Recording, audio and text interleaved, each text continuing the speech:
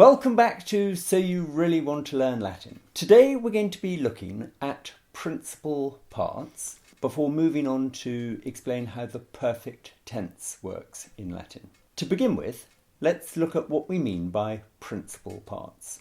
A Latin verb has 4 principal parts. Our old friend amor has the following 4 principal parts: amor, amare, amavi, and amatum, plus its basic meaning of I love. The first principal part, amor, is simply the first person singular of the present tense of the verb, and it means, as we know, I love. The second principal part, amare, is the present infinitive. Now, we've been referring to verbs in the past by their present infinitive. We've talked about the verb to love, the verb to be. So for amor, it is amare.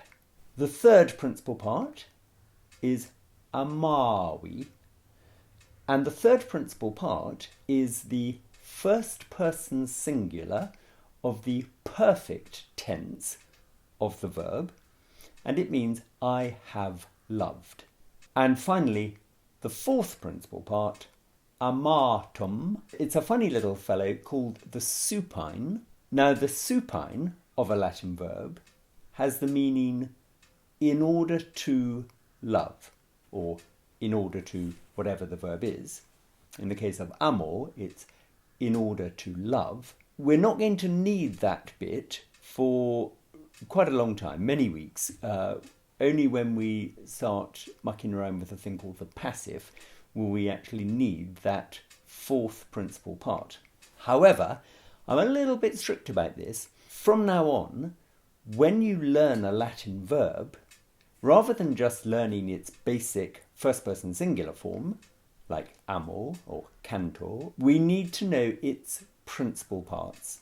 And because it would be madness to learn the 3 principal parts that you need now, and then come back in a few months' time and say, oh, I'm really sorry, there's a 4th principal part, I wish I'd told you that earlier. I always make sure that when we learn the principal parts of a verb, we learn all 4 principal parts, because in time it'll save us, because we're going to need that 4th one later. Okay, so principal parts of amor are amor, amare, amavi, and amatum. There's always good news in Latin. The good news is that all first conjugation verbs that therefore go like amor have principal parts which behave in exactly the same way as the principal parts of amor. So, for example, canto, which means I sing, has principal parts which go canto, cantare, cantavi, cantatum, meaning I sing. Navigo, our old friend navigo, which means I sail, has principal parts which go navigo, navigare, navigavi, navigatum.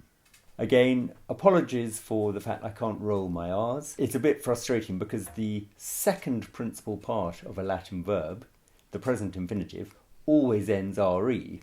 So it's an awful shame I can't roll my R's. But for now, we press on. Now, what are they for and how do we use them? Well, the first principal part is just, we've got to begin somewhere and we want to know which verb we're talking about. So the first principal part is just the basic first person singular present tense form. The second principal part is the present infinitive, and it means to love or to sing or to walk and so on. It's just worth noting, because this will become important later, if you look very carefully at that form, you'll notice that it ends in RE, but the bit of the verb immediately before the RE is the present stem of the verb. Now, we've been using present stems already. The present stem of amo we learnt was amar. The present stem of cantor was cantar. So when we're thinking about the present stem of a verb, you'll notice it is the present infinitive of the verb without the re. So look carefully at amare, chop off the re at the end of that word and you're left with the present stem. Same applies to all first conjugation verbs. We know how to use present stems because we've already been using them to add the endings for the present tense, ost, mustis, unt, the future tense, bo, bis, bit, bimus, bitis, bunt, and the imperfect tense, bam, bas, but, barmus, bartis, bunt. Now, however, we are going to learn our fourth tense, and it is the perfect tense. This is fantastic because we're now really motoring through the Latin verb system. First of all, a quick reminder of what the perfect tense actually is in English. I've got a grammar video about verbs which help with the English side of the verb system. The perfect tense is referring to something that happened in the past, the results of which still apply in the present. It's a lovely, lovely concept. I quite often talk about my dog and the dog that I might or might not have lost. So, when I say, I have lost my dog, I mean that in the past, sometime yesterday or the day before yesterday or just a moment ago, something happened. And the thing that happened was that I lost my dog. That losing thing happened in the past, but it still applies. I am still in a position of not having my dog because I have lost my dog. Very easy to spot in English because the word have or has pops up in front of the verb, telling us that we are using the perfect tense. So I have loved, you have loved, he or she or it has loved, we have loved, you have loved, they have loved. That's what it means in English. How does it go in Latin? Okay, as I said, there's always some good news in Latin. A little bit of bad news first. There's another stem you're going to have to learn. Okay, so in a sense, that's the bad news. We're going to have to learn the perfect stem of our Latin verbs. The good news is that once you've learnt that perfect stem for first conjugation verbs like amor, they all behave in exactly the same way. So there's some good news. Okay, how does it work? We go to the third principal part of the verb. Now we've just learnt that. Amor, amare, amavi. Third principal part of amor is amavi. We take that form, amavi, and we chop off the last letter, which is the letter I, and we're left with amar, with a V at the end of it. And that form, amar, is the perfect stem. Onto that stem, we add a set of endings. And they are I, isti, it, imus, istis, erunt. That gives us the perfect tense of amor, which goes amarvi, amarvisti, amarvit, amarvimus, amarvistis, amarverunt. That's the perfect tense of amor.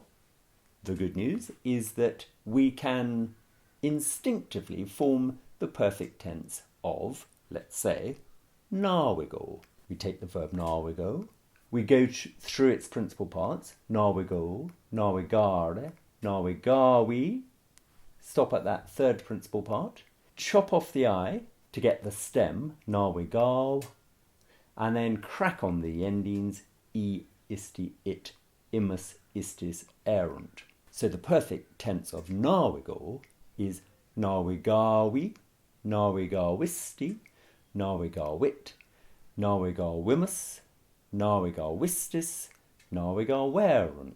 And the same will apply to any first conjugation verb going like amor.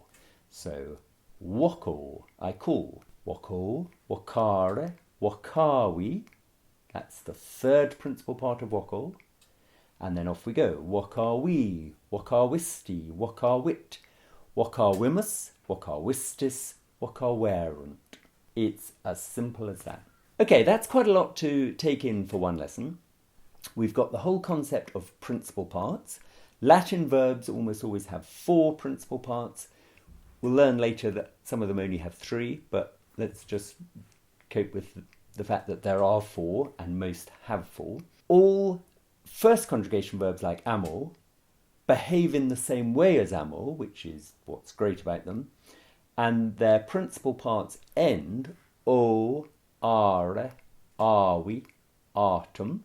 We know that the second principal part is used to get the present stem by chopping off the re, so you get amar, or wakar, or cantar, or edificar.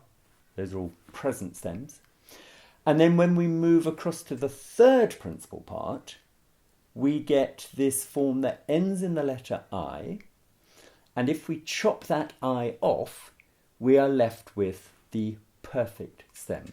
And onto that stem we can add a new set of endings that we've just learnt. I isti, it, imus, istis, erunt. Okay, now lots of practice required, I should think, to get that little lot right. I'm going to want you, as I've said before, not to forget what you've learnt already. So we need to be able to go through the present tense of amor, the future tense of amor, the imperfect tense of amor. Don't lose track of those, but then be able to crack into this new tense, the perfect tense, amor vi, amor visti, amor vit, amor vimus, amor vistis, amor verunt, and know that all Latin verbs that go like amor behave in exactly the same way as amor, with those endings being added onto the perfect stem. Okay, now I'll link below to a little PDF to give you some practice at that. You know the way I do this now. Get it firmly in your head. Be able to do that with your eyes shut, with your eyes open, backwards, forwards, whatever works for you. But you must know off by heart. In other words, you can say it out loud, you can write it down. Amor vi, amor visti, amor vit, amor vimus, amor vistis, amor verunt. And once you've got that firmly in the old brain, when you see a Latin verb written down, like for example, navigar vistis, you need to be able to spot that ending, istis, and think, that looks to me like a perfect tense ending. Have a little check. Has it been added on to what looks like a perfect stem, which for verbs like amor has a V at the end of the stem? Navigar vistis. Yep, there we go. So you look at the ending. Istis is a second person plural ending. That's you. And you know the perfect tense means have or has. So, navigar vistis, you have sailed. Good luck with that. Lots to memorise, lots to practice. Go back, check that you haven't forgotten anything that you've already learnt about amor type verbs, present tense, future tense, imperfect tense. Check that you're happy with the new set of endings we've just learnt, the perfect tense endings, and check that you can give the principal parts of any verb that goes like amor. If you've got that together, you are ready to motor. If you like these lessons, do subscribe to them, hit the bell below to be notified of new lessons every Friday, and we'll see you next time.